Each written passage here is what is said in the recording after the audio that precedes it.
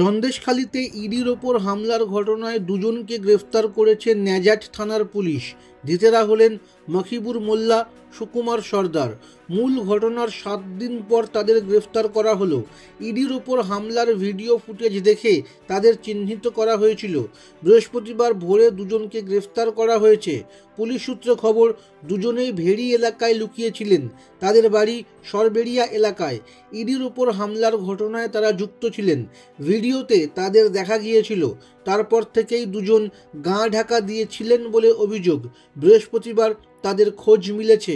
সন্দেশখালীতে গত শুক্রবার রেশন দুর্নীতি মামলায় তৃণমূল নেতা শাহজাহান শেখের বাড়িতে তল্লাশি চালাতে গিয়েছিল ইডি। সেখানে গিয়ে তারা বিক্ষোভের মুখে পড়ে। বিক্ষুব্ধ জনতার হাতে মার খেতে হয়েছিল ইডিকে। 3 জন আধিকারিককে হাসপাতালেও ভর্তি করতে হয়েছিল।